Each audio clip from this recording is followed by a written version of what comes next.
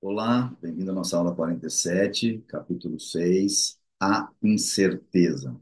Capítulo muito importante, peço que vocês prestem muita atenção em cada um dos seus itens. Se não me falha a memória, serão seis itens. Isso, sete itens. Termina na predição praxeológica. Mas é muito importante, porque tem coisas aqui que talvez te façam questionar sobre, poxa, mas será que não mudou nada desde que Mises escreveu esse livro? Como sempre, nós vamos traduzir, nós vamos fazendo a leitura a partir do PDF, para que fique aí na nossa tela, tá certo?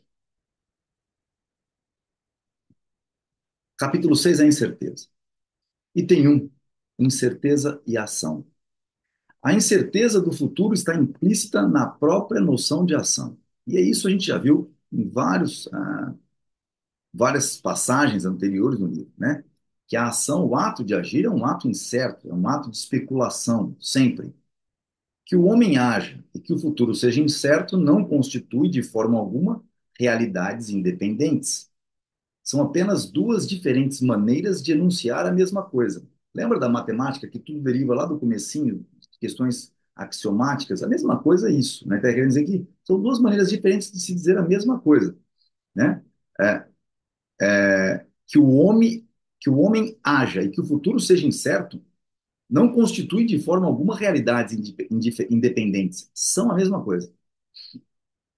Podemos supor que o resultado de todos os eventos e mudanças é determinado unicamente por leis eternas e imutáveis, que regulam a evolução e o desenvolvimento do universo.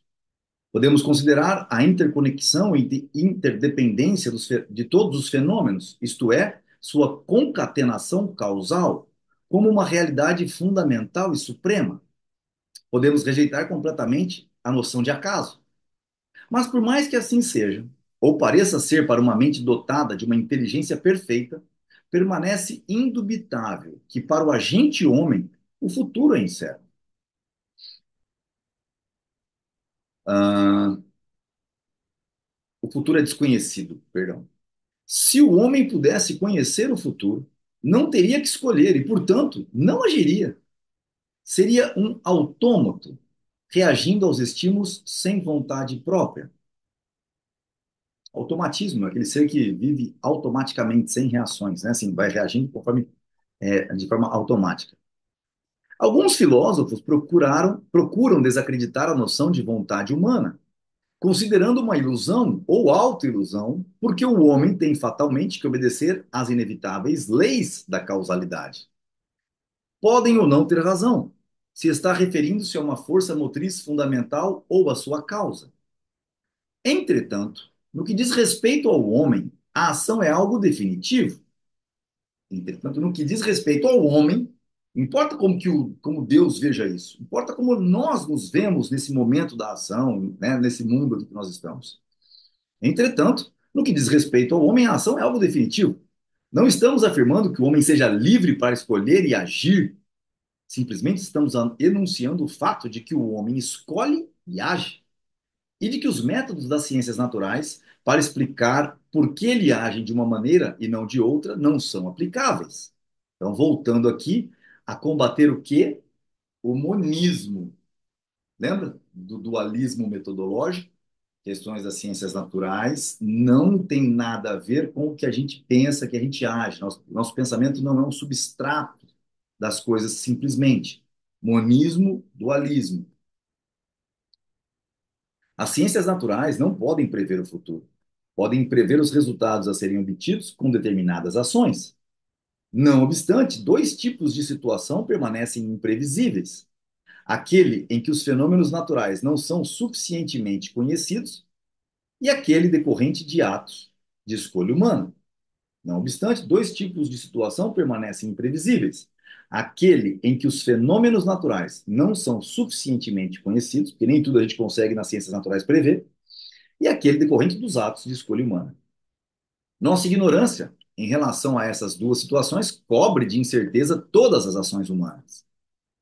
Certeza apodítica só existe na órbita do sistema dedutivo da teoria a priorística. Ou seja, certeza inquestionável Só existe na órbita do sistema dedutivo da teoria priorística. Quando lidamos com a realidade, a certeza limita-se a uma probabilidade. Então, isso é muito importante. Quando lidamos com a realidade, a certeza limita-se a uma probabilidade. Não é tarefa da praxeologia investigar se devem ou não ser tidos como certos alguns dos teoremas das ciências naturais empíricas. Essas questões não têm importância prática para as considerações praxeológicas. De qualquer maneira, os teoremas da física e da química têm um grau tão elevado de probabilidade que podemos considerá-los certos para aplicações práticas.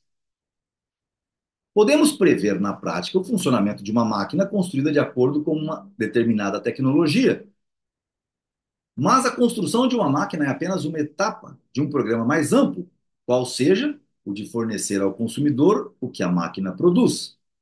Se este produto atenderá ou não convenientemente ao consumidor, é problema que depende de condições futuras imprevisíveis no momento em que construímos a máquina. Portanto, qualquer que seja o grau de certeza no que diz respeito para a previsibilidade do que a máquina produzirá, não pode eliminar a certeza inerente à ação como um todo. Futuras necessidades ou valorações, a reação dos homens às novas condições, novos conceitos tecnológicos e científicos, novas ideologias ou políticas, não podem ser antecipadas a não ser com maior ou menor probabilidade. Toda ação refere-se a um futuro desconhecido. Então, toda ação refere-se a um futuro desconhecido. Os problemas relativos para a verdade e para a certeza são do interesse de uma teoria geral do conhecimento humano. O problema da probabilidade, por outro lado, interessa principalmente para a praxeologia, e é por isso que nós estamos num capítulo destinado ao tema incerteza. Tá certo?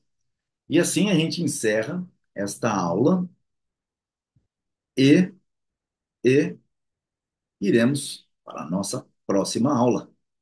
Até lá!